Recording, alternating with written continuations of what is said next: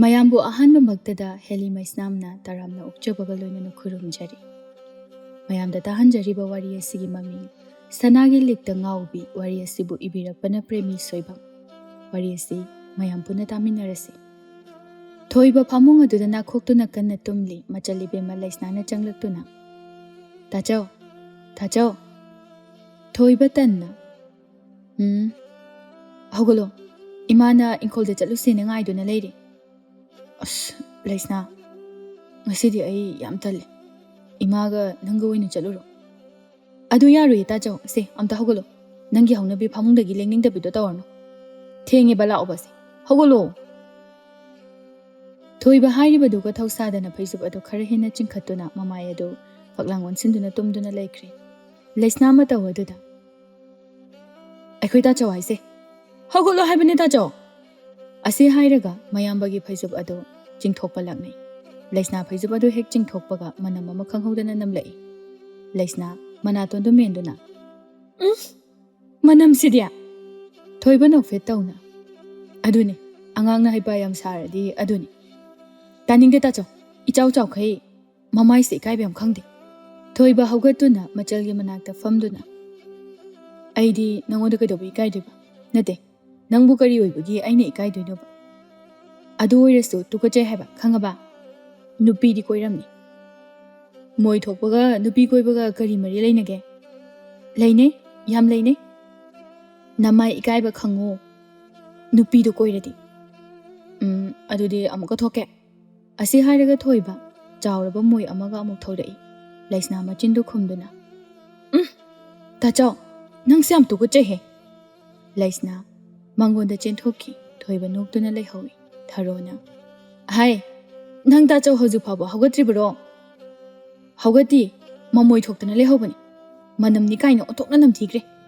ꯑꯩꯅꯦ ꯑꯣꯒꯦꯒ ꯇꯧꯏ." "ꯇꯧꯅꯤ ꯃꯗꯨ ꯑꯉꯥꯡꯗꯣ, ꯆꯥꯕ ꯀꯥꯟꯗꯅ ꯑꯔꯩꯕ ꯃꯈꯩ ꯆꯥꯁꯤꯟꯈꯤ." ꯊꯔꯣ ꯃꯆꯥꯗꯨꯕꯨ ꯇꯥꯅꯅꯕ "ꯍꯥꯏ ꯊꯣꯏꯕ, ꯅꯪ ꯍꯧꯖꯤꯛ ꯐꯥꯎꯕ ꯀꯩꯗꯧꯔꯤꯒꯦ ꯐꯃꯨꯡꯗꯨꯗ?"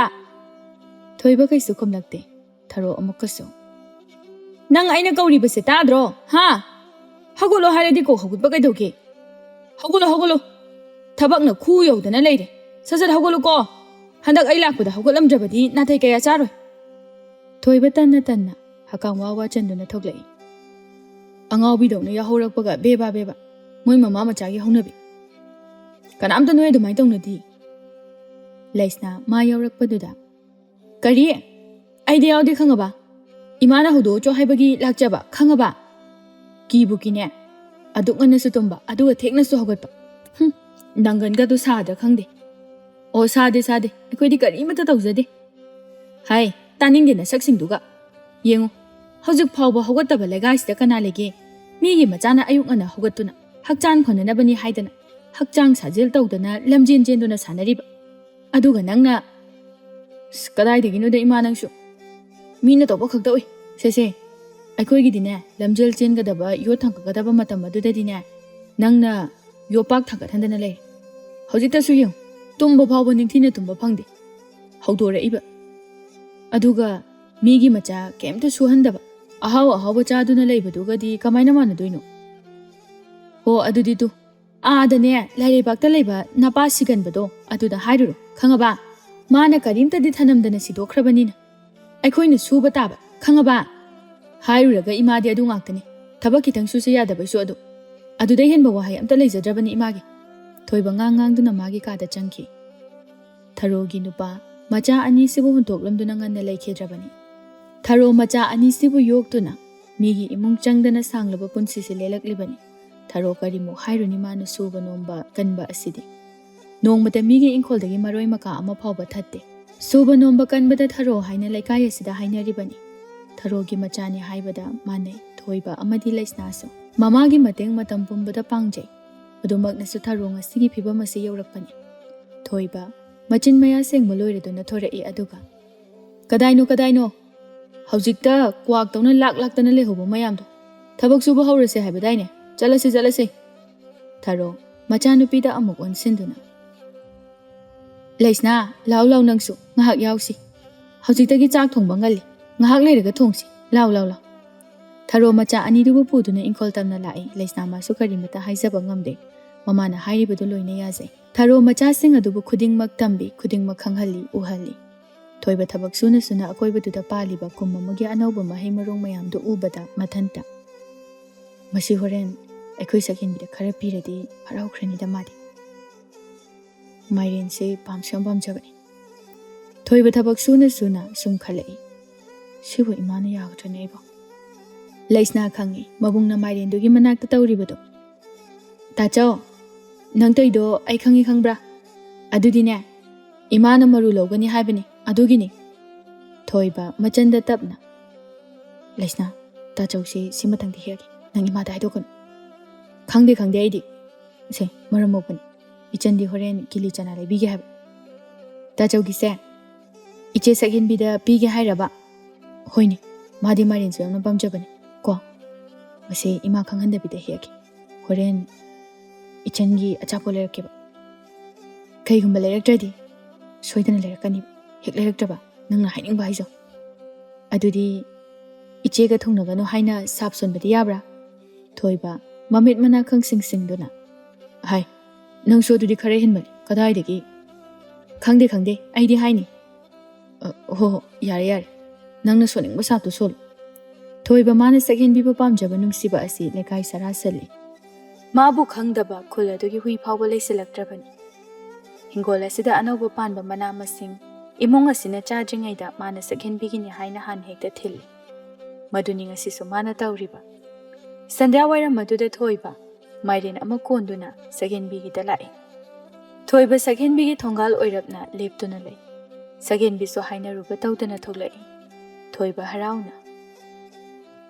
Se haima Mairen ni sidi kai deino Akhoi deini Akhoigi Mairen kumsidi yamna pale Farida ainiga Mairen pamjabaga champut pulaga chage kuchu komen ka se khara ngau thongnaba si hek loibaga amasu pirau ko hera nangsu adudi yar si phawbada ima khanghandana Laisna akhoi anina lon hegleini second bi makhon khara kan khatna noina magi haunabido tawraba ha kaigino mana damli iduba ihan hek hanugai sibada puba yagadaba sunate adoina deba adoina chadi kari ha kaigino ba natraga nangise aibu pizaning da bairo ha ibunga yam pizaning jagana sel pige khangaba adu erdi namana chasu harawrani dana second bi masu yarni haibigi matagum isau hekta tawrai Thoiba second bi isau da pakhatna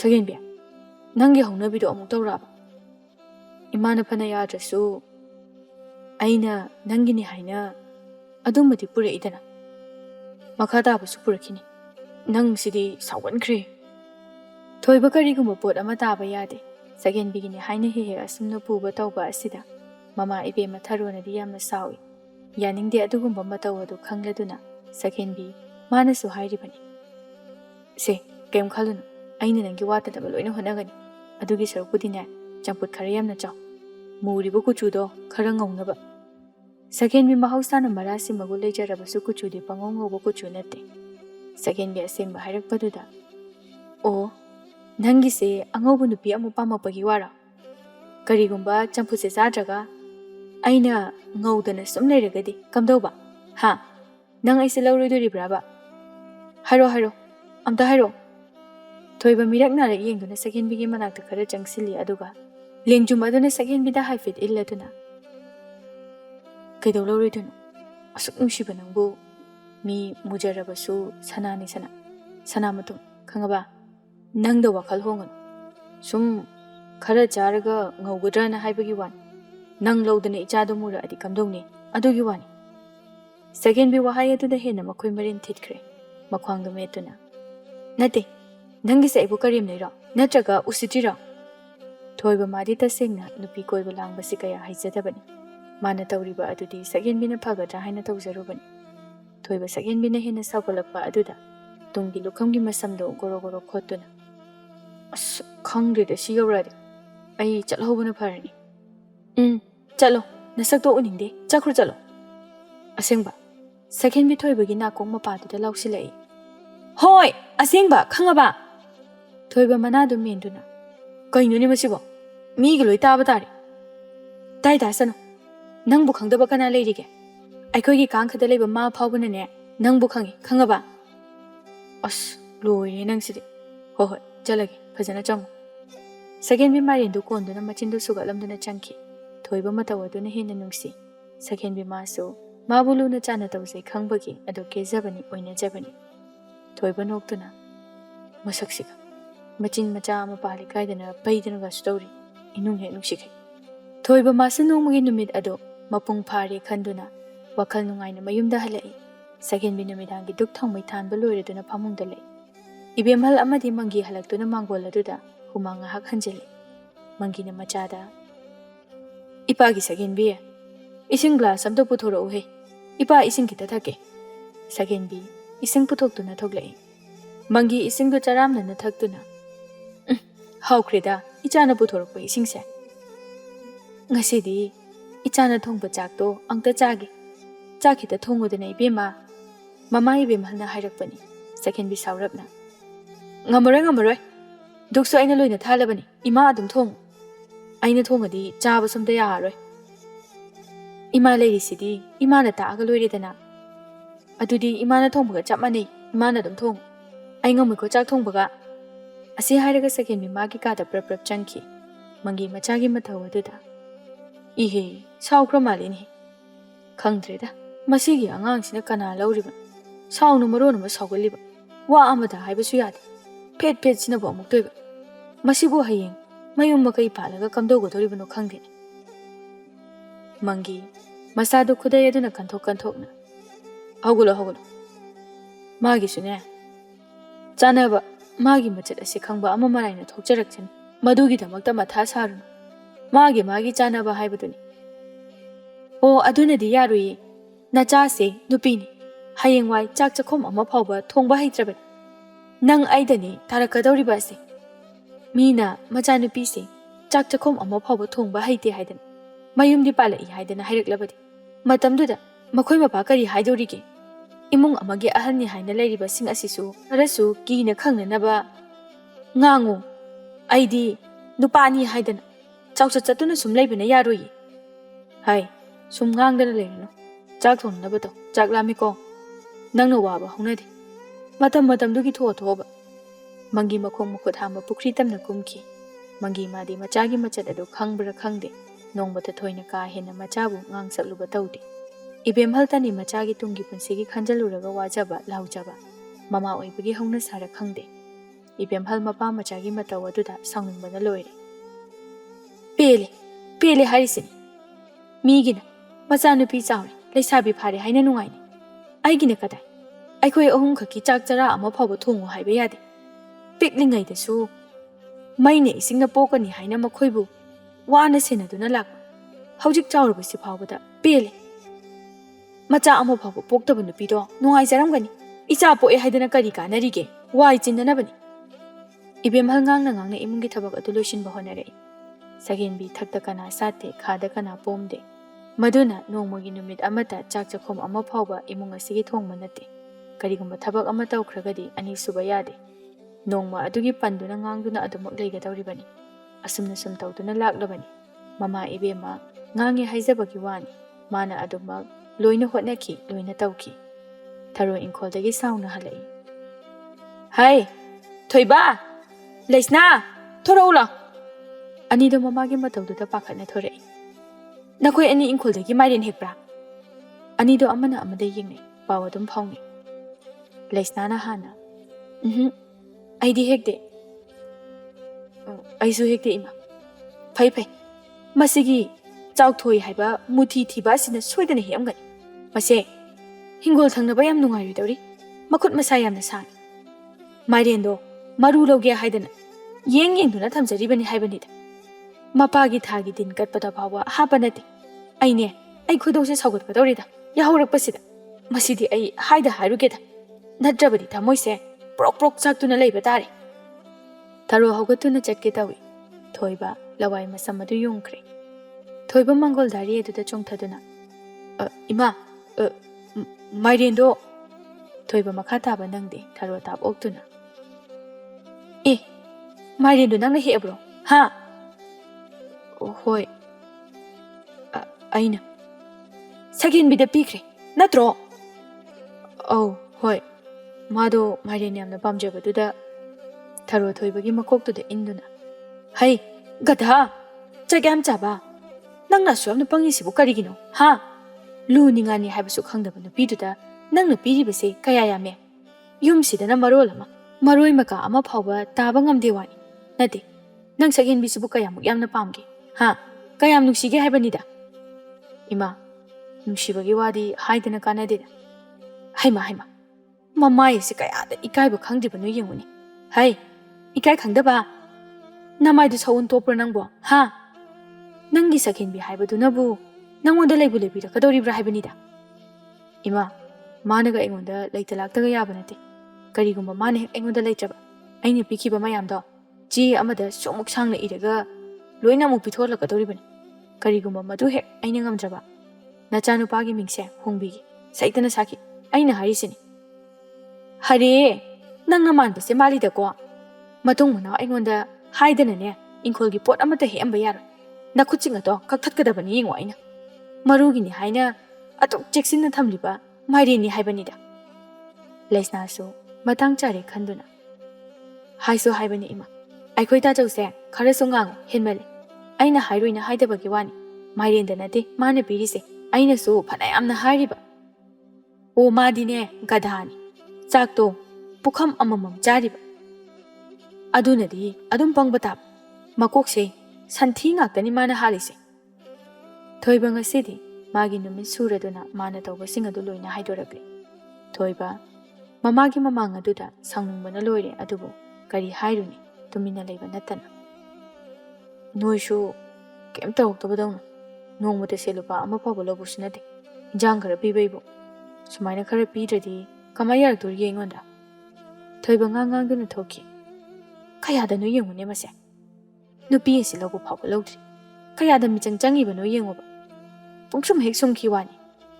Laisna mateng pangsilai. Haibani yamna haibani.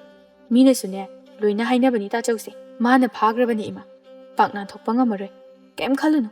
Nachanu pase yawong inkibasu yai. Second bimagi machati loina makhangdraga sukhara makhaidi khangnaribani hainaribani aduna imunga sidasu manin kharadi adu maknaine. Second bi movie gi manakta lai. Movie ayuki chak thungduna leirami. Laisnana manakta phamduna. Kari injang no? Irole. Phare ne adudi injang khara puro aikhoida chawrasi. Kainjang thongoge. Mairenga ngaga thonghowi. Imana kaithindagi leira iro. Nateda. Da thoibana ngarang pirambani. Is nangi thoibadu so nangi nebo hairadi kari mu hairuni. Laisna no fetawna. Ho ibema nangi lawai tang arikpa aduda so hayo. Aikhogi sumaina tawe haidan khangaba. Asu kuina rakpasibu mithai sigi ama piba phawba nongmata chaba phangdene. Mukhi tanna. Aisunini ibema nongmata leirakte. Haida hajalurabaso aikhoi anigi selyam tungsili. Hayeng aibu nungaina thambini haibasitani. Aisu tallaboni. Achapot pirakte haibagi damakta toknabadudi phajabra. Aduna khangibani. Hoiselao. Ima khoi gi chakto thangkalamo. Akhoi mado aimu koromba tare. Hoi. Ani do lakli ibem halna. La oni noibo. Inki batari ne. Ani aduso chak adu chaba haurei. Laisna chakhoma mahukpaga mahaureina. Khu hausidia. Imana thongbagini bema. Nate. Mairin se haubagini. Hauramani khangi. Asengbani Mairin se ahaubane hairambani. Nap kalai se uraba. Ani duna sanariba warido ibem hal khangi. Ibem hal hagi yauna hairei. Mani mukhi. Imana ga nate ko. Magi Mairin sina haumandana hauribani. Haukri magi Mairin se. Lesna noktuna. Aduni Mairin na neba. Ikai ba sulai ma khangde. Nupa sina bu lobu gadoribra khangde. Nupa koi ni dani mana khangiba. Lukhak phawba sengningde. Mawa khatani mana pamise. Hai, mubi. Nangdi mado no ka tawba lakpa yaba nate ko. Masidine mangabadi mangaba. Madugi thoiba haibadu natragadi kanamtana mabu koibiragadaba nateko. Laisna mamagi matawduda saurabna. Ho noigine thainagi thabak pumba nupina tawgani. Nupina adu abta laite. Aigi nupasu adumna tawre. Karigumba hek tawrakpa thoklaba khainare. Adunadi ibema chanarohe. Haibidi haizanina. Lichat chajato khara hongto. Hayingne thum jara ama phabu loidana halakani. Ima khoina wabiwa haidiye. Ho leifam leitiye nangna halaga. Leibam leitabaduna chakringai tudane halaktana bataw haiba. Mubi khamthokpadi lairadana nungairaba kumhai ama tawri khanduna anidugi mataw adu yengduna nungaina leithoi. Ipem hal macha oizarabasu matam pumbada machagi machat asi yaningde. Fana kanna so haijai semtoknaba adubu sakhenbi. Mama poknunggi haibadura khangde fana haiduna so yaba kauba leite. Anidu chak chaba loiduna fana kuina phamungda jagatki wari pumba sanaduna chakiba chak mayamadu tumhalai. Sakhenbi kari khalurabanu khangde hiblambadagi fukhawatuna. Mubiya. Tadombado ngasidi laoidro. Khangdeni madugi chirai tangdo. Haiso haibani mubi. Tadombi se chahi kaya mukti suramane. Khangde ibe ma chahiga hayom tayade. Ado aina sum khalambada kuntra manga bhaudi suramba yare. Kariya kuntra manga ba. Au hari adudi sido kuidrene kwa. Kainu he nangsu. Haima aina haise chumdra hayingda ngairi sigadaba. Mi ama oibagi punsi tangkai changsila abani ibema. Nang haying ana lukra oi jahujani. Oiro ibema masama ukadi thina phariboni. Ahaloi zai haiba khaktani khangaba. Aigi mitnara khangde. Aidi tadombagi mamaido khuina oida. Mubi hiplambadagi fukhawgatuna. Sakhenbi asengbur nang haise. Asengbaini nangsu udra tutu. Saiwaida mai chatpra kainum tawbani. Thajadraga nangsu yunguni aina haise. Sakhenbi tawgi yauna makhut oma sawa tawduna mubibu kaiwai surai. Aidi nomatabu khalude. Horendi amta yengtai. Lao chalase. Ayamta yengebase. Lao. Mubi Sakhenbi bu makhut paiduna chingkhali. Sakhenbi bu mubi na hairiba adu yaduna ani adu thoklai. Phana kuina ani do tombabu lakpa ngaiduna lei. Ani do ngaiba wasilakle mubina. Sakhenbi lakto mandreda. As lakanise mahakangaigise. Manje minangwa thabak suba yamna kanbani. Noigi ta thoibagumbaga amata nateda.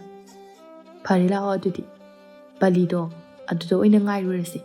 Adudi soidana lakpa yai. Ani do tombana halakpa lambiduda oina lakle haina ngaihak ngairaga tomba. Thabak loiduna magi malliba cycle do thauduna isai ngangduna lai. Sakhenbi mubida. Mubi tu lai ada lai. Hoine lai ni. Tomba ani duna mabu ngaiduna lairibadu karinta khangba nate magi oiba nungairaba monda amada lai. Mubi tombada. Ta tomba amta ngai khu. Tomba ta de kauribadu cycle adu thauduna adum lai. Haima mina kauri semta ta dini. Ta tomba amta ngai khu haibani. Tomba cycle adu phana sangna thaukhre. Sakhenbina mi kauri ni na huya na badawna kauri di kai ta ni ai kaugiyo. Sakhenbi khonjela tu leizabi thaduna. Ta tomba amta ngai khu ta tomba. Tomba hadang mukti tara male thauram cycle du leptuna. Tai ani du prap changsili mubi sauna makhwang metuna sor chawna honduna. Tomba bu chagadaba makhai yengduna lei.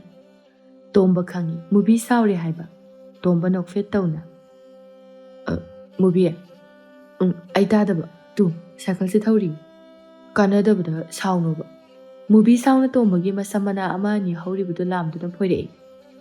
Nang mina ngasaidagi ngaise kemta khangdini nang. Tomba akoibadu mi leibra haina yengi. Tomba madi jahido angang nate aduga migi mamangda asumna tawbasi madi yamna ikaise. Mubi mara asigumbagi achop areng kari mata khangde. Jahinaga angang oire khudingmang akiba khangde pumnamak tawningba tawi. Mubi sauna Khangbra adu kana kaububu kaimata tadaba kanai wakal khalaga chalino. Sakhenbi mubigi matawduda machina du khumduna noi. Tomba Sakhenbigi mangda ikaiba amasu yauri. Tomba tapna. Mubi, ngasidi aidi nang sida layramgani haibado kamaina khangudoini. Aduna tawbaneba. Khange nang. Farisi, kai leragi nang sida layramisiba. Ho noi napa do tawri. Noi napa do tawri. Yaraba. Hanuba chirai tangba. Aine nangodaga amta layaroi. Migi nupaga su manadaba. Tuknarani. Aikoi ani ngasidagi. Aine nanga koina ningdre. Hai, kanana mukari tawre. Tomba Sakhenbida onsinduna. Sakhenbi, kanana kari hairagi mana sam saurishina. Sakhenbi marau layna. Khangde, ta tomba su wa khangmandaba haibadun. Asi hairaga Sakhenbi tomba gi khongdagina ton phawba. Hangat tuna yengba haurai. Tomba masu masagi chahi khamjai. Mubi khriga yengna rubada makhoiga di yamna khene. Madumakna makhoina khaliba yengliba miteng adu uba ngami khangi. Tomba koina lainingdraduna.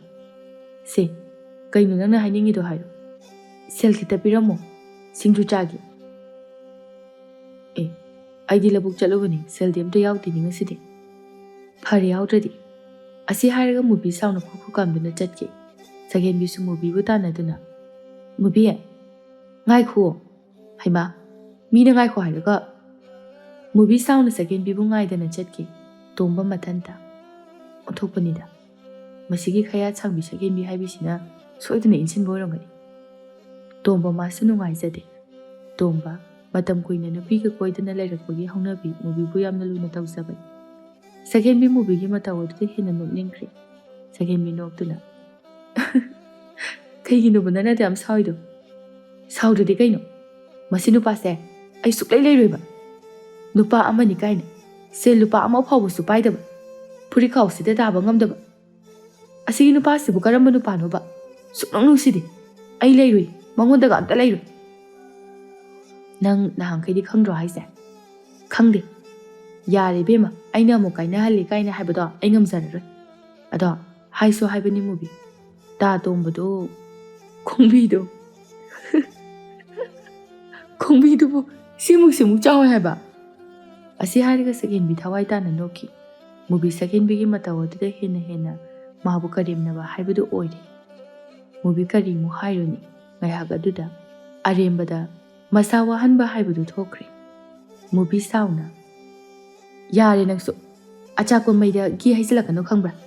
Nasaktuga chango yare ai chale. Sakhenbi hena noktuna. Haima sauri male masaksiga yemune. Nupa nina lamok hek maladana. Sakhenbi wantha khai noktuna changlai. Ibem halna machada. Hai, kai chatluye? Palida. Kaidauba. Koiba. Nang sibu karam haina ngangnagani. Phanasu phajana hai. Nupina lambi sorokta naya higatuna chakanu mina noknagani haina. Nangmu namaidubu ikaiba karimata khangdabro. As, ima, yare daningde. Lambi chatpa phawba mina kari haina kinina khanduna chatlabadi karamna punsigi asuk yamba thabaksingse pangthokadawrige. Wathi warem. Sakhenbi mamana hairibaduga tade. Phetlauna magi kada changki. Ibimal mangol wai situna le. Kayadanu yengune mase. Masi angangse. Mayum palaga hayeng chanar. Masung chan hek chanar. Machina asuk yamna kanba angangsibu. Mama aina phawba asuk nungsidraba asinari. Migi mama dunadi karam haina nungsigani. Ibimal nga hakta kangdi machabu ngangliba. Ngange matak Sakhenbi su phaba kauba laite. Tharo numidangi chak loiduna machada. Lesna. Chalo, nang ta chawdo hawdo piruro. Chak lame haikibani. Ngasidi ichado wabasu waramani. Phana kana su sukre. Hawji khakta hairaiba. Suramdaidana chak bora amamam chai. Khara yamna su na haibadaini. Haida yada hairibani ne. Mama na bu macha nukside haibro. Nuksi krapon. Isa singse. Nakhoi anidegi henba laiba nate. Chalo kawbiruro. Tharo nongmata machagi mangda sonthaba machabu thagatba wa ngangba nate. Mapa yaude haina yamna tasin khomjinjaba mawongda panjariba yumbalgi. Kana gumbana tharogi yumbal haina hainaribani. Machil manaw anidu changdai tharo macha singbu kaushili. Se Sida phamuse. Ichana chaninge haiba khongnang tarungdu su thongi bani. Yamna hauba dori bazani. Nga phak ayai baga happy pot. Laisna, nangdi ima ga chara silao. Tale tale, ta chawgo oina chagi. Ima di hanubi manam nami, tale chaningde. Masidi, nate nangbu hayeng, nang ta chawnu nupi thira aga kamai tawdurige. Laisna, chak chakho mamanam sili aduga. Thira kadorage. Tumba di nate dana. Chak chamina babu. Adudi kai sukai de kaino. Ko nita chaw, kai de ko. Thoi basu nok tu na. Hoi, kai de. Ichaldi ta chawga adum chaga dawriban. Aduni, aikhoi ma haisini. Machil manaw ani adugi mataw adu kaya di thawai tana tharo ni yengjay. Laisna migi mityeng dadi pungkak chawrabini adubu imung asida mama amadi magi ta chawda nauthi sajaduna kezaduna leizari. Tharo magi chak saruk adu khara haptuna. Sese, masiga su chasilu, imadi pukse ithan thangkali. Laisna kadai dagi wakal no khangde. Ta chaw, hayeng waisu inama sakin bila akanda sumaina adum chasiko. Aidi ta chawga chabana chak yam chayeba. Thoiba, mamagi mamangda ikai raduna. Hai, masidi. Ado ta chaw, iche sakin bido, machinam kalle haingo mina hainabada. Susu yamna suningde hai. Hayeng wai sida sodum tawradi kamai tawduiba. Laisna na wari maka sum samtharakpa duda. Laisna, nang chak si chage haibra charoi haibra.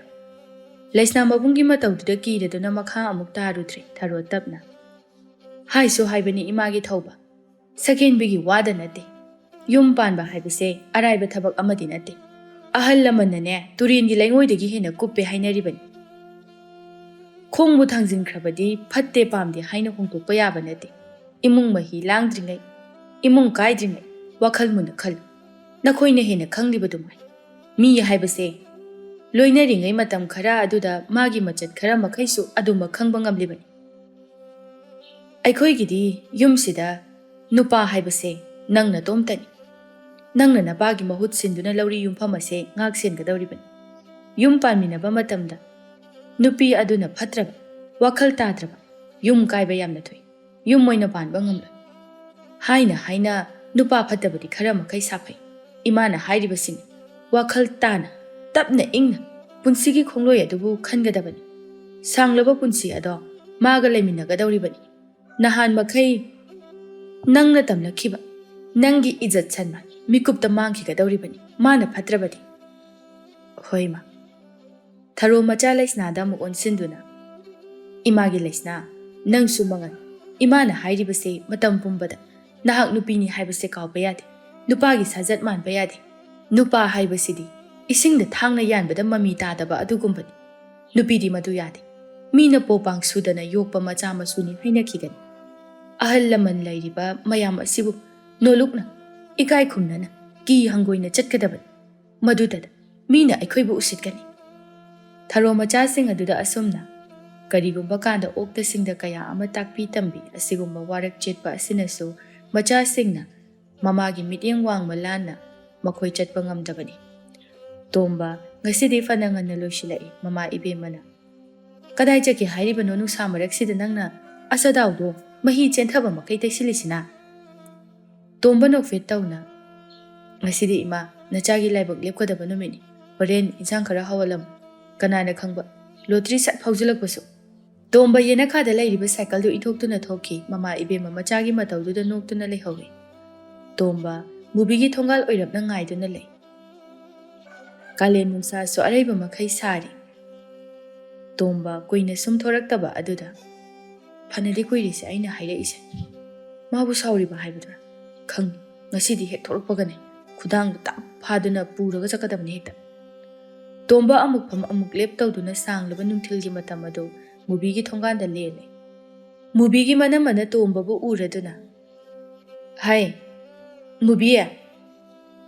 Nangi tomba haibase phana kuiren himana thongan sida leire ise. Nang tayai laadine ma soidana pubi ki batari. Nang bom to thogu chome. Phugi phusano masakse suglung nungside.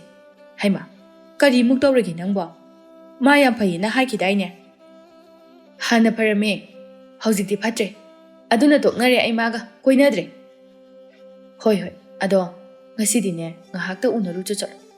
ꯑꯗꯨꯒꯅꯦ ꯇꯣꯛꯀꯦ ꯍꯥꯏꯔꯕꯁꯨ ꯇꯣꯛ ꯆꯠꯂꯣ ꯃꯥꯅ ꯍꯥꯏꯅꯤꯡꯉꯤꯕꯗꯣ ꯑꯃꯨꯛꯇ ꯍꯥꯏꯍꯜꯂꯨꯆꯣ ꯍꯥꯏꯕ ꯆꯠꯂꯣ ꯃꯤ ꯅꯪꯕꯣ ꯃꯨꯕꯤ ꯃꯥꯗꯤ ꯐꯅ ꯀꯟꯅ ꯊꯣꯛꯇꯅꯕ ꯍꯥꯏꯖꯕꯅꯤ ꯑꯗꯨꯕꯨ ꯃꯅꯝ ꯍꯥꯏꯃꯟꯕꯗꯨꯗ ꯃꯨꯕꯤ ꯊꯣꯔꯛꯏ ꯀꯩꯗꯧ ꯂꯥꯛꯏꯅꯣ ꯍꯥ ꯆꯠꯂꯣ ꯅꯪꯁꯤꯗꯤ ꯅꯁꯛꯇꯣ ꯎꯅꯤꯡꯗꯦ ꯑꯩꯒ ꯅꯪꯒ ꯇꯣꯛꯅꯔꯦ ꯑꯩꯗꯣ ꯅꯪ ꯄꯥꯝꯗ꯭ꯔꯦ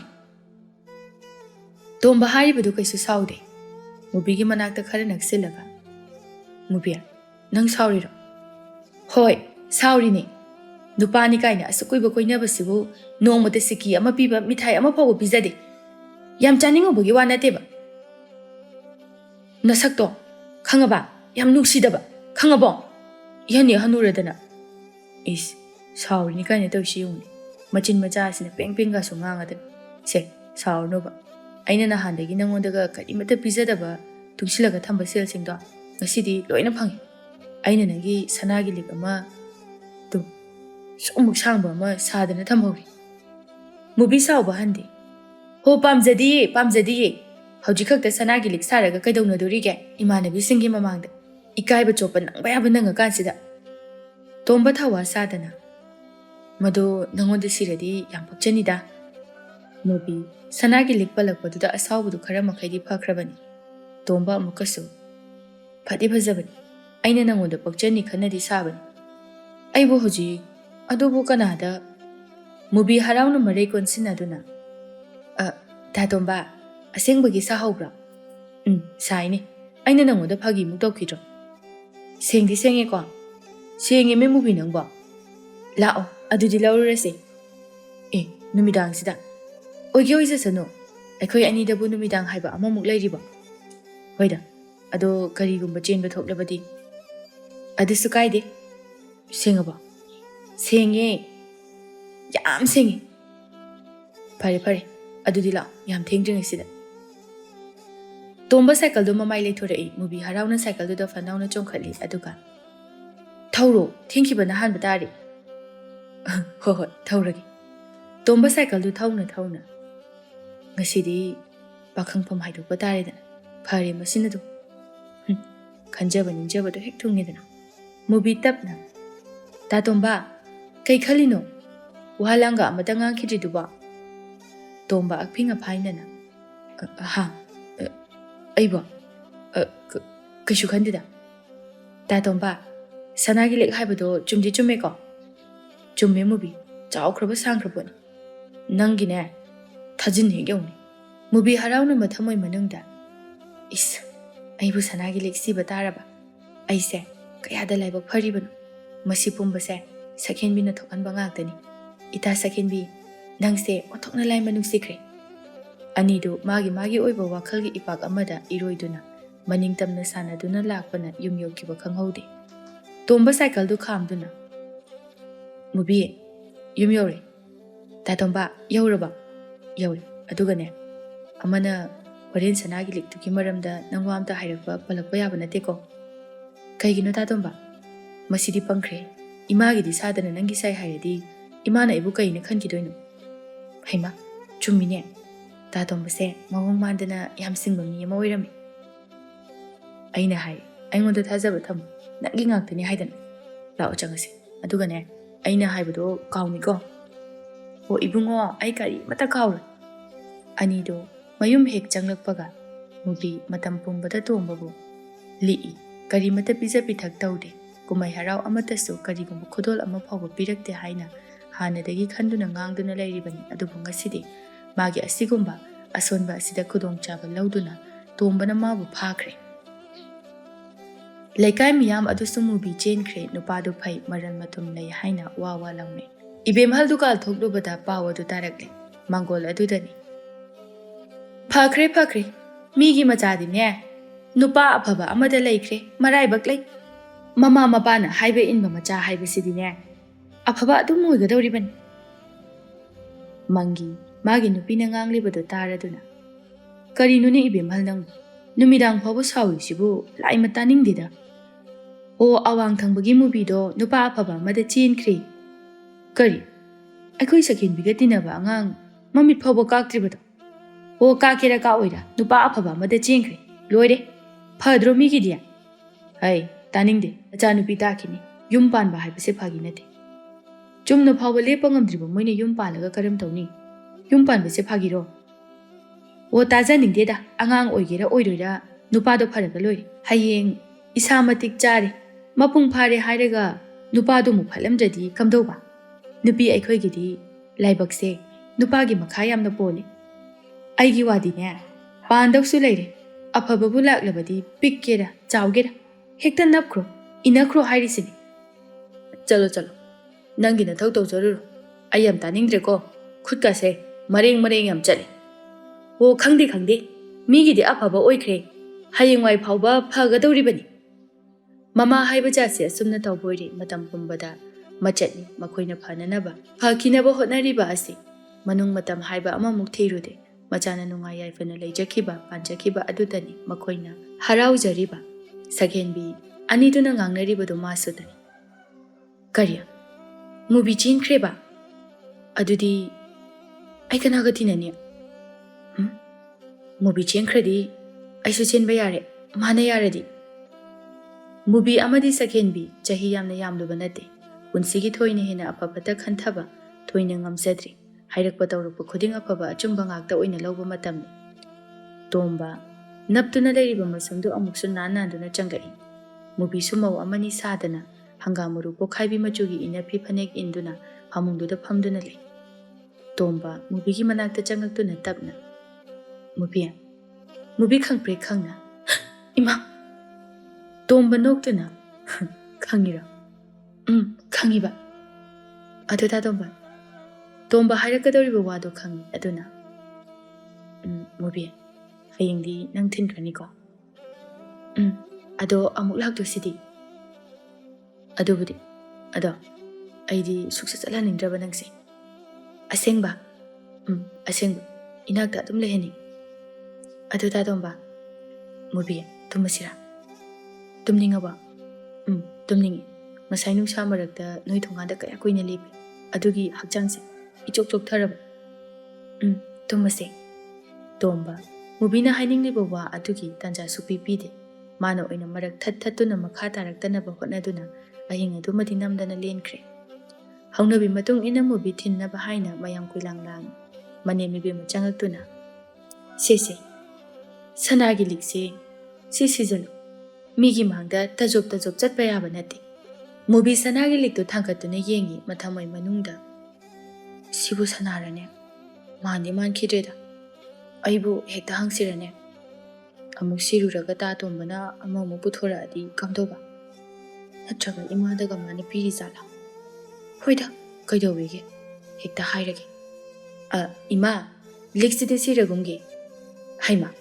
karigino ta tombana aigi amalai hai kari mana liklei hairiba hoi leite mana haijineni kadaidagi likno ima lei haibani ngarangda su hai o hoise mana hairiba likse masin mana ngasaina nangonda piyu hairambani mubi lik ado amuksu thangkatuna sirane sibu sanagiro mandi mankidreda natraga ima sinaga losaliba zala manem ibe mana amukasu mubiya kaidawrage thengkranine nangwa ahalaman mayam amasu ngaiduna leiri sese ima sibira adresi mubi masumaw amani haina laklabani aduna wadi yamna kanna haiba ngamdre adubu mathamoy manungdadi jingnabadu leptri mubi amuksu ima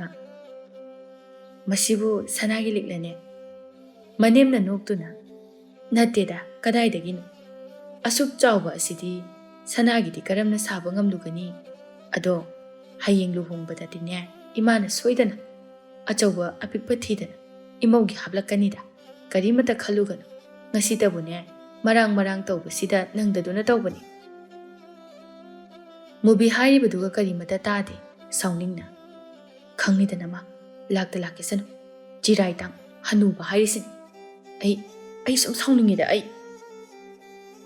manem mamawgi keba yaba sembiba loiraduna loisalo mayam chatnanaba ima amta hairukhigi kadai lekre tombaduna hai tomba nangbom da launi he Bema, ngahak leiramuko.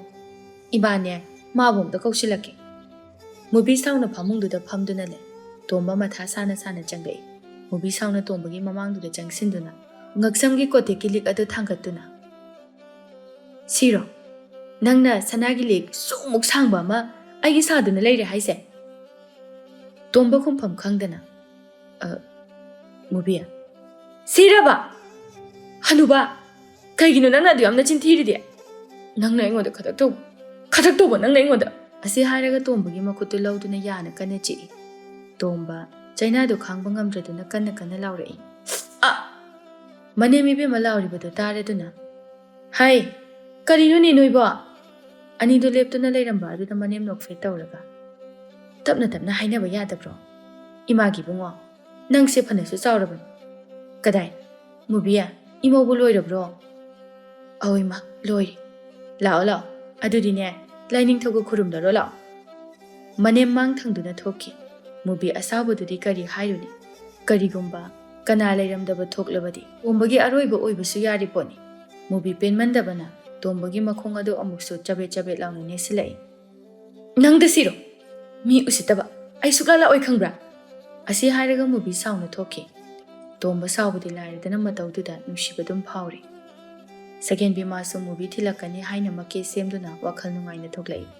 Thorakpaga mapa charaduna thoiba mabu ngaiduna leirami. Second bi harauna chensili aduga. Tathoiba, kaino ma haibiura? Hayu. Adubura, mubi do chenkre. Kari, mubi bo.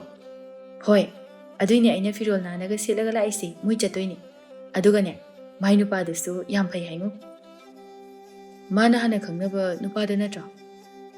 Mane, lawai tangdap tobudu. Oh, adu tathoiba, moi milak bana han batari. Ai changage, hayeng oina thengnarasi ko. Hoi, aidi tharoi kangu chausina haige tawbani. Hayeng oina charasi ko.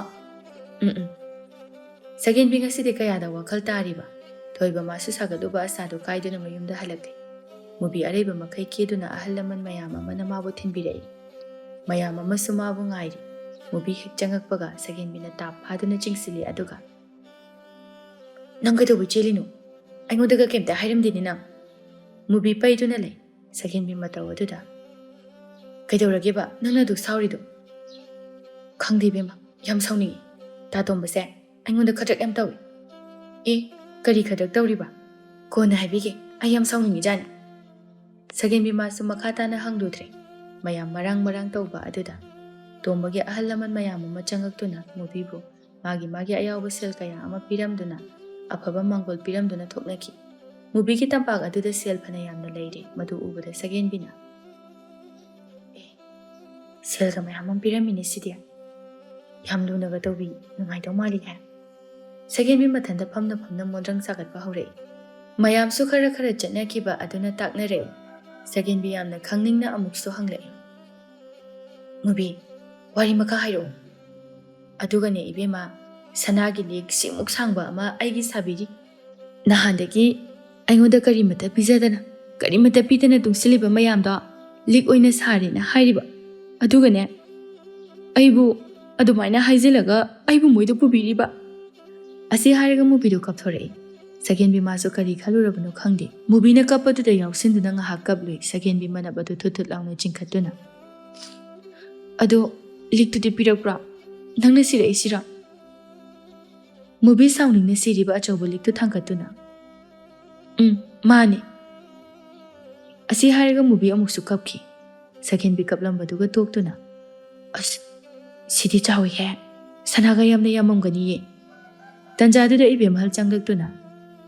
Second biya chasila o thengkri. Chaksumta thonghodri. Second bi mubi da onsinduna. Mubi kapkono to ose. Ai chalage hayeng amuk lake ko kapkono. Mubi madabadu chingkhatuna hoi haiduna mangak adanomi. Second bi mama macha mayumda halakli. Ibe mahal chak thongna na balangi. Second bi mama da tapna karigumba ama hangningna. Ima. How? Imao. Kaino mi second bi nangna hainingi badu adum hayo mi nangbo. Adubura. Mubina hauzik sila iba firol sana lupa mayamda. Magi loy oidoira. ꯑꯣꯏꯒꯗꯧꯔꯤꯕꯅꯤ ꯃꯥꯒꯤꯅꯤ ꯍꯥꯏꯅ ꯇꯝꯂꯛꯂꯕ ꯉꯥꯛꯇꯅꯤ ꯁꯒꯦꯟꯕꯤ ꯈꯔ ꯍꯦꯟꯅ ꯏꯅꯣꯠ ꯀꯥꯔꯗꯨꯅ ꯏꯃꯥ ꯁꯅꯥꯁꯤꯡꯗꯣ ꯁꯅꯥꯒꯤꯁꯨ ꯍꯥꯞꯅꯕ꯭ꯔꯥ ꯍꯥꯞꯅꯩ ꯀꯅꯥꯒꯨꯝꯕꯗꯤ ꯃꯃꯧ ꯂꯥꯛꯂꯒ ꯁꯤꯅꯅꯕ ꯍꯥꯏꯗꯅ ꯁꯥꯔꯒ ꯊꯑꯣꯏꯅ ꯊꯝꯅꯩ ꯑꯗꯨ ꯑꯣꯏꯔ ꯃꯥꯜꯂꯦ ꯏꯃꯥ ꯃꯨꯕꯤꯒꯤ ꯂꯤꯛꯇꯨꯁꯨ ꯁꯅꯥꯒꯤꯅꯤ ꯍꯥꯏ ꯃꯥꯒꯤꯗꯨꯕꯣ ꯑꯣꯏꯔꯝꯅꯤ ꯅꯨꯄꯥ ꯃꯌꯨꯝꯗꯣ ꯁꯦꯜ ꯄꯥꯏ ꯍꯥꯏꯕꯅꯤ ꯅꯨꯄꯥꯗꯨꯁꯨ ꯆꯍꯤ ꯌꯥꯝꯂꯕꯅꯤꯅ ꯁꯦꯜ ꯐꯅ ꯌꯥꯝꯅ ꯂꯩꯔꯝꯒꯅꯤ ꯃꯤꯒꯤꯗꯤ ꯌꯦꯡꯉꯨ ꯅꯪꯒꯤꯅ ꯀꯗꯥꯏ ꯃꯥꯏꯔꯦꯟ ꯑꯂꯨꯅ ꯇꯧꯗꯅ ꯂꯩꯔꯤ ꯁꯒꯦꯟꯕꯤ ꯃꯃꯥꯅ ꯈꯔ ꯍꯥꯏꯖꯤꯜꯂꯛꯄꯗꯨꯗ ꯋꯥꯈꯜ ꯑꯗꯨ ꯌꯧꯈ꯭ꯔꯦ ꯋꯥꯒ ꯉꯥꯡꯒꯅꯤ ꯍꯥꯏꯕ ꯀꯥꯎꯈ꯭ꯔꯦ ꯍꯥꯏꯅꯈꯤꯕꯒꯤ ꯃꯇꯨꯡ ꯏꯟꯅ ꯊꯣꯏꯕ ꯅꯨꯃꯤꯗꯥꯡ ꯋꯥꯏꯔꯝ ꯑꯗꯨꯗ ꯂꯥꯛꯏ ꯁꯒꯦꯟꯕꯤ ꯉꯁꯤꯗꯤ ꯀꯌꯥꯗ ꯅꯥꯟꯅ ꯀꯦꯔꯒ ꯊꯣꯔꯛꯂꯤꯕ ꯊꯣꯏꯕ ꯉꯁꯤꯗꯤ ꯁꯒꯦꯟꯕꯤ ꯎꯕꯗ ꯄꯨꯡꯉꯥꯎ ꯉꯥꯎꯈ꯭ꯔꯦ ꯊꯣꯏꯕ ꯃꯃꯤꯠ ꯐꯥꯎꯕ ꯀꯨꯞꯇꯅ ꯃꯌꯥ ꯀꯥꯗꯨꯅ ꯌꯦꯡꯗꯨꯅ ꯂꯩ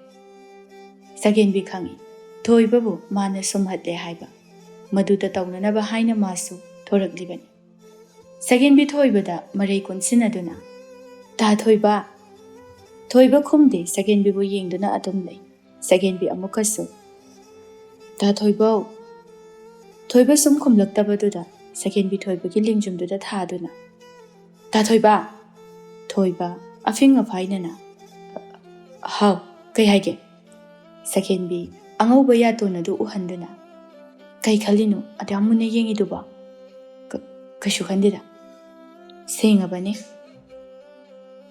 ꯊꯣꯏꯕ ꯇꯞꯅ ꯀꯩꯗꯧꯕꯒꯤ ꯑꯗꯨꯛ ꯌꯥꯝ ꯀꯦꯅ ꯊꯣꯔꯛꯏꯅꯣ ꯑꯩꯕꯨ ꯍꯥꯠꯂꯒꯦ ꯍꯥꯏꯔꯣ ꯁꯒꯦꯟꯕꯤ ꯊꯋꯥꯏ ꯇꯥꯅ ꯅꯣꯛꯆꯩ ꯁꯒꯦꯟꯕꯤ ꯊꯣꯏꯕꯒꯤ ꯃꯅꯥꯛꯇ ꯈꯔ ꯍꯦꯟꯅ ꯅꯛꯁꯤꯟꯗꯨꯅ ꯈꯣꯟꯖꯦꯜ ꯈꯔ ꯄꯤꯛꯊꯗꯨꯅ ꯍꯥꯏꯔꯛꯏ ꯇꯥ ꯊꯣꯏꯕ ꯑꯩꯈꯣꯏꯁꯨ ꯉꯁꯤ ꯆꯦꯜꯂꯁꯤꯕ ꯊꯣꯏꯕ ꯋꯥꯍꯩꯗꯨꯗ ꯁ꯭ꯋꯥꯏ ꯂꯥꯎꯏ ꯊꯣꯏꯕ ꯉꯛꯅ ꯀꯩꯅꯣꯅꯦ ꯃꯁꯤꯕꯣ ꯁꯒꯦꯟꯕꯤ ꯁꯥꯎꯅꯤꯡꯂꯞ ꯇꯧꯅ ꯀꯩꯅꯣ ꯇꯥ ꯊꯣꯏꯕ ꯅꯪ ꯉꯝꯃꯣꯏ ꯍꯥꯏꯔꯣ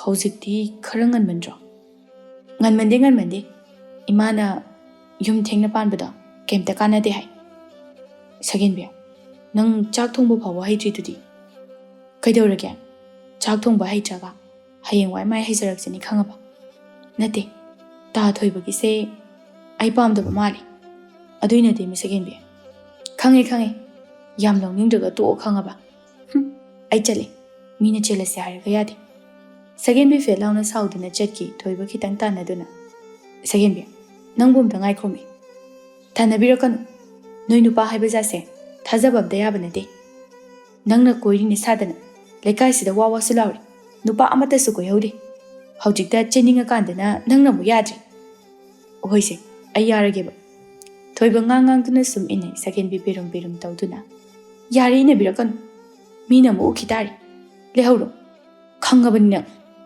ꯊꯣꯏꯕ ꯃꯥꯗꯤ ꯀꯔꯤꯃꯨꯛ ꯍꯥꯏꯔꯨꯅꯤ ꯁꯒꯦꯟꯕꯤꯅ ꯆꯥꯎꯔꯕ ꯄꯨꯕ ꯉꯝꯂꯔꯣꯏꯗꯕ ꯄꯣꯠꯂꯨꯝ ꯑꯃ ꯊꯥꯡꯒꯠꯄꯤꯔꯦ ꯐꯅ ꯍꯥꯏꯖꯕꯒꯤ ꯋꯥꯅꯤ ꯊꯣꯏꯕꯗꯤ ꯅꯨꯄꯤ ꯊꯤꯕꯒꯤ ꯋꯥꯈꯜꯒ ꯂꯥꯞꯅ ꯂꯩꯔꯤ ꯄꯥꯈꯪ ꯑꯗꯨꯛ ꯑꯣꯏꯖꯕꯒꯤ ꯅꯨꯄꯤ ꯀꯣꯏꯕꯒꯤ ꯋꯥꯅꯤ ꯊꯣꯏꯕ ꯉꯥꯏꯍꯥꯛꯇꯤ ꯇꯧꯐꯝ ꯈꯪꯗꯦ ꯀꯔꯤ ꯇꯧꯒꯅꯤ ꯍꯥꯏꯅ ꯒ꯭ꯌꯥꯟ ꯃꯥꯡ ꯁꯒꯦꯟꯕꯤ ꯑꯃꯨꯛꯀꯁꯨ ꯉꯝꯃꯔꯣꯏ ꯍꯥꯏꯔꯕ ꯊꯣꯏꯕ ꯁꯒꯦꯟꯕꯤꯅ ꯁꯥꯎꯔꯛꯄꯗꯨꯗ ꯉꯝꯅꯤ ꯍꯥꯏꯕ ꯁꯒꯦꯟꯕꯤ ꯑꯁꯥꯎꯕ ꯄꯨꯝꯕ ꯅꯦꯝꯊꯈꯤꯗꯨꯅ ꯊꯣꯏꯕꯒꯤ ꯃꯅꯥꯛ ꯑꯗꯨꯗ ꯑꯃꯨꯛ ꯆꯪꯂꯛꯏ ꯑꯗꯨꯒ ꯇꯞꯅ ꯑꯁꯦꯡꯕꯒꯤ ꯉꯝꯃꯗ꯭ꯔꯅꯤ ꯑꯧ ꯍꯣꯏ ꯉꯝꯃꯅꯤ ꯇꯥ ꯊꯣꯏꯕꯁꯦ ꯑꯩꯕꯨꯗꯤ ꯅꯨꯡꯗꯤ ꯅꯨꯡꯁꯤꯕꯖꯥꯠꯅꯤꯀꯣ ꯑꯁꯤ ꯍꯥꯏꯔꯒ ꯊꯣꯏꯕꯒꯤ ꯊꯕꯥꯛ ꯑꯣꯏꯔꯞꯅ ꯁꯒꯦꯟꯕꯤꯅ ꯁꯨꯔꯛꯏ ꯊꯣꯏꯕ ꯅꯣꯛꯐꯦꯠ ꯇꯧꯅ ꯑꯗꯨꯛ ꯌꯥꯝꯅ ꯆꯦꯟꯅꯤꯡꯉꯤꯗꯨꯕꯨ ꯀꯩꯒꯤꯅꯣ ꯁꯒꯦꯟꯕꯤ ꯋꯥꯗꯤ ꯉꯥꯡꯗꯦ ꯊꯣꯏꯕꯗ ꯃꯃꯤꯠ ꯑꯗꯨ ꯈꯥꯅ ꯌꯦꯡꯂꯛꯏ ꯊꯣꯏꯕ ꯄꯥꯈꯠꯅ ꯅꯠꯇꯦꯗ ꯁꯨꯝ ꯍꯥꯏꯕꯅꯤ ꯆꯦꯟꯕꯗꯤ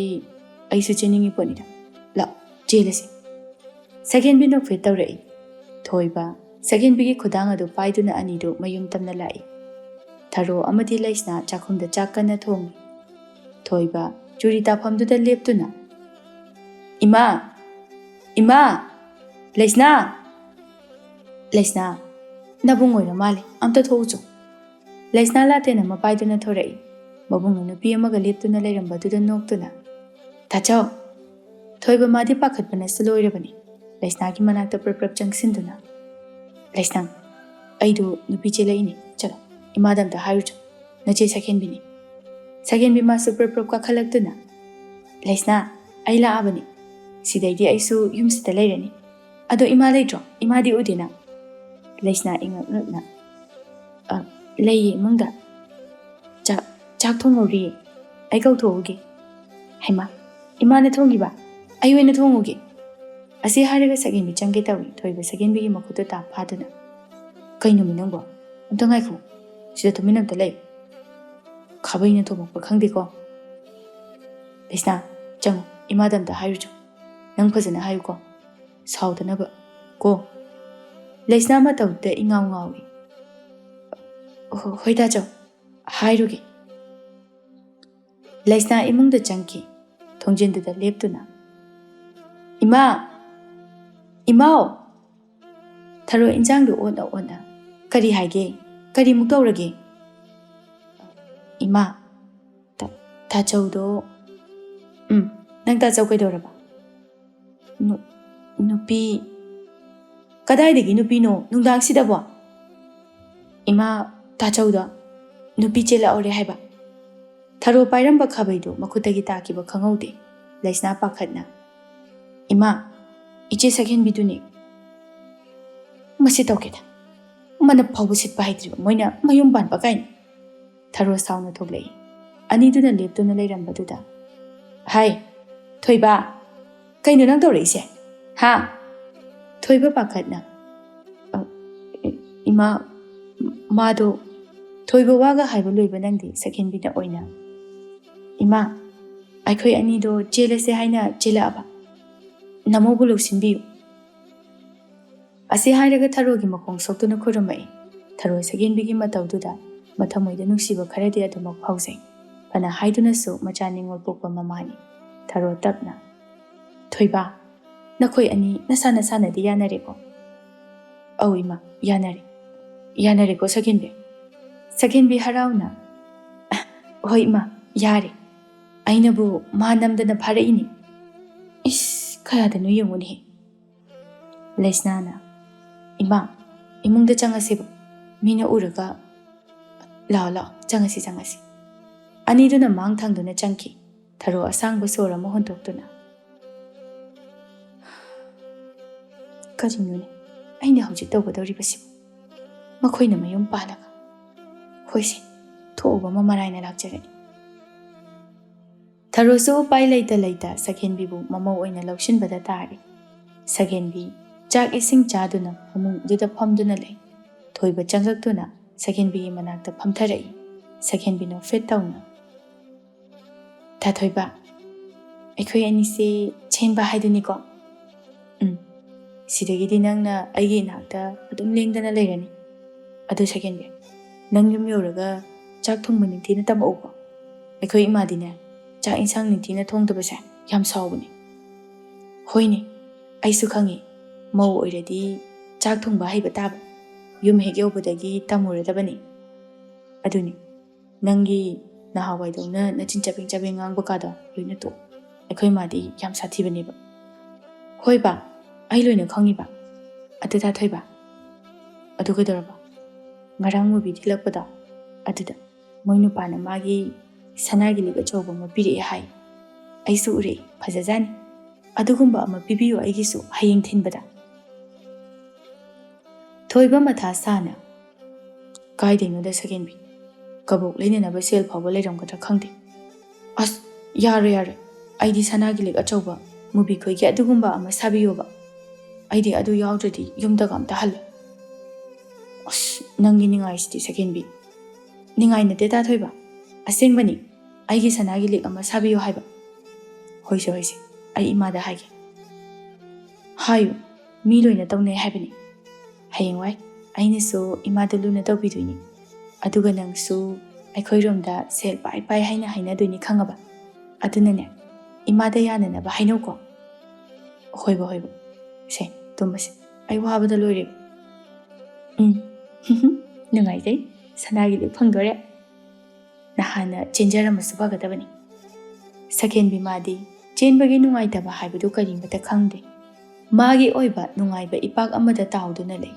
Somdana kamdauri. Tharo amadi laisna ahingadu tumba yadre. Tharo matha sana. Is kamdauni aide. Selsu yamna leiba nate. Laisnana tapna. Selbu kayam changduino ima. Kharadi changin migi mangda tajok thinbasu yaba nati. Aingondasu sel kharabudi laibani. Adusu sizinaba yani ima. Khangdreda ima su kari haigadaban. Nang tachawna wakhal phana tabra haina khanbe. Chenga hairabasu imungi phibam ase khithang oirabasu ma yengba yabe. Ngarang tak chak puk thana chara.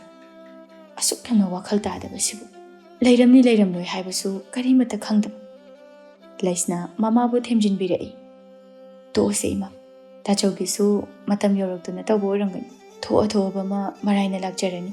Sama so haizabagi wani awabadu masu saruk yaribani. Tharo ahinga du mikup ama phawba mamit adu ushinba yade. Thoiba masu matam pumbada. Mamagi amadi imung asigi khanduna lakbani adubu magi numit suraba haibaduni. Nupigi kadadi pangthai haibaduni masu tawrib. Ibem halpana nganna mubigida lai. Mubiya. Mubigi mama thorakduna. Iche kari leirage. Aikoi sagen bido chenkre. Ngahak leiradi paw haidokpa laani. Cha puthoknaba kanamta leite. Mubido ngahakta tharo. Haima, sagen bi chenkre haiba. Hoi ibem. Nacha nupi si chenkiba sidane masu leiba yadra mal chenkre. Aine kuiraroige. Ngahak leiraga namana cha amta lauko mi kanamta leiba nate. Hoi iche. Ai iruraga laari. Ibem hal macha thilakbagini haina kanna langi. Somda sungai. Tharo. Khawang cheli. Sagen bibu mayam changduna loishinaba hotnari tharo machabu kausinduna. Imagi thoiba. Nangbu sel kaya leibage. Ima. Taradang lei. Oh, se. Kun sigane. Kun thrase horen mana chalam daide piko. Ima su sel yamna leite. Areba kharado pochai mayam ama leithok lori. Adugane. Sagen bibu ningthina haibi koko. Sili langliba singse. Mabuk ning pendrabasu. Yani deima. Sagen bi. Thoiba magi manakta changaktaba aduda. Mangak adu thangkatuna yengi. Pana kuiraba phawba changaktaba aduda. Sinu pasibu. Kadai chakharjanu. Ngasigi masakaugi phangdrisiba. Aine sum sarokduni yung. Sagen bi asawbudu ngahak amuk phathai.